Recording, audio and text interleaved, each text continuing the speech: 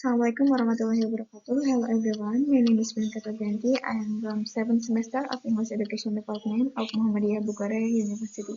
I made this video to fulfill the mid-semester exam assignment for the Pragmatic course, which is to discuss about maxim and their relations to humor or jokes.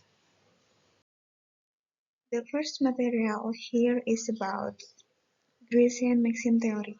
The Grecian maxim theory is a concept in pragmatic introduced by the philosopher H. P. Grice in his essay Logics and Conversation. This theory explains how people communicate effectively and cooperatively in everyday conversations. Grice proposed four basic principles or maxims under what he called the cooperative principle. There are four cooperative principles. The first is maxim of quantity. This principle suggests that speakers should provide just the right amount of information, not too much and not too little.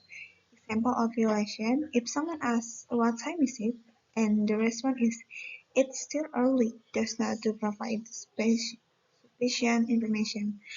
The goal is to ensure the information given meets the contextual needs. The second is maxim of quality. This principle emphasizes that speakers should provide truthful information and avoid sharing anything false or unsupported. Example of violation saying, I saw a unicorn this morning when you know it's not true. Effective communication relies on trust in the accuracy of the information. The third is maxim of relation. This means speakers should remain relevant in their contribution. The information provided must relate to the topic of conversation. Example of relation: when asked how are you, responding with the sky is very clear today. The purpose of this maxim is to keep the conversation focused and coherent. And the last cooperative principle is maxim of manner. Speakers should present information clearly, concisely, and in an orderly manner, avoiding unnecessary ambiguity or complexity. Example of violation: responding with there is sufficient time to view that wrong and shiny object, instead, or simply saying a clock. This maxim aims to make communication easier to understand. Next material is about concept of humor or joke. The concept of humor or joke refers to an aspect of communication, behavior, or expression that involves amusement, laughter, or entertainment. Humor is a multifaceted phenomenon rooted in psychology, sociology, and linguistics, often serving as a social tool for bonding, tension relief, or commentary on situations. The next is type of humor or joke.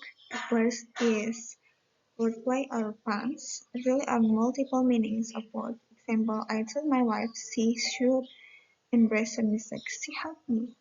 The second is satire, uses irony and exaggeration to critique or ridicule. For example, political cartoon mocking public figures. The third is self-depressing humor, making fun of oneself to appear relatable or humble. For example, I have a photographic memory, I just never develop it. Fourth, dark or black humor deals with serious or taboo subject in a humorous way. Example, a joke about life's absurdity in difficult circumstances. And the last one is slapstick, physical comedy involving exaggerated action or accident. While humor is universal, it is also culturally specific, because what is funny is one culture made to be acceptable in another. It is a dynamic and important aspect of human interaction, reflecting creativity, intelligence, and social nuances. Why people laugh at certain events or sections of comedy movies or stand-up comedy. Derision from the theory of Christian Maxim. Laughter during certain moments in comedy movies or stand-up comedy can often be explained using the Christian maxim. Humor arises when these conversational principles are intentionally violated or manipulated in creative ways. Here's how each maxim plays a role in creating comedic effects. The first is maxim of quantity, providing the right amount of information. Comedians often exaggerate or withhold information to create humor. For example, in a stand-up routine, a comedian might build suspense by only avoiding partial details, leading the audience to anticipate the punchline. When the full information is revealed, the surprise and incongruity of louder. Why it's funny?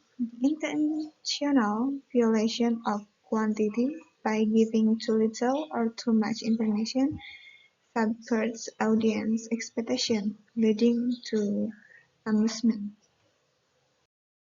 Okay, the second is maxim of quality, truthfulness. Humor often involves saying things that are blatantly untrue or absurd, but in a believable way. Example, a comedian might tell an obviously exaggerated story about a mundane situation, such as "My dog is so lazy he hires another dog to chase cats for him." When it's funny, the audience knows the statement violates the expectation of truth, but the absurdity and creativity or the falsehood are entertaining. The third is maxim of relation or relevancy.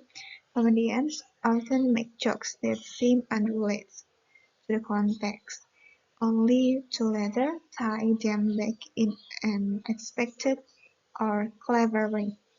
Example: a comedian might start talking about their childhood and suddenly shift to an unrelated topic, like aliens, before looping back to explain how aliens relate to their childhood fears. While it's funny, the temporary relevancy catches the audience off guard, and the clever resolution or unexpected connection brings diligence. Fourth is maxim of manner, quality, and orderliness. Humor often arises for international ambiguity, wordplay, or overly complicated explanation. Example: in a comedy movie, a character might give an unnecessary, convoluted answer to a simple question, such as "Where's the bathroom?" It is the hallway between the room with the painting of a cat and the one with the slightest squeaky floorboard. Why it's funny, violating clarity by overcomplicating or making things ambiguous forces the audience to process the absurdity leading to laughter. Okay. For the last is concussion. From the perspective of Grierson Maxim, laughter occurs when comedians play with the audience's expectation of conversational norms by floating this principle in clever, unexpected, or exaggerated ways. They create surprise, incongruity, and humor. This deliberate manipulation taps into the audience's cognitive process, making the humor feel engaging and memorable.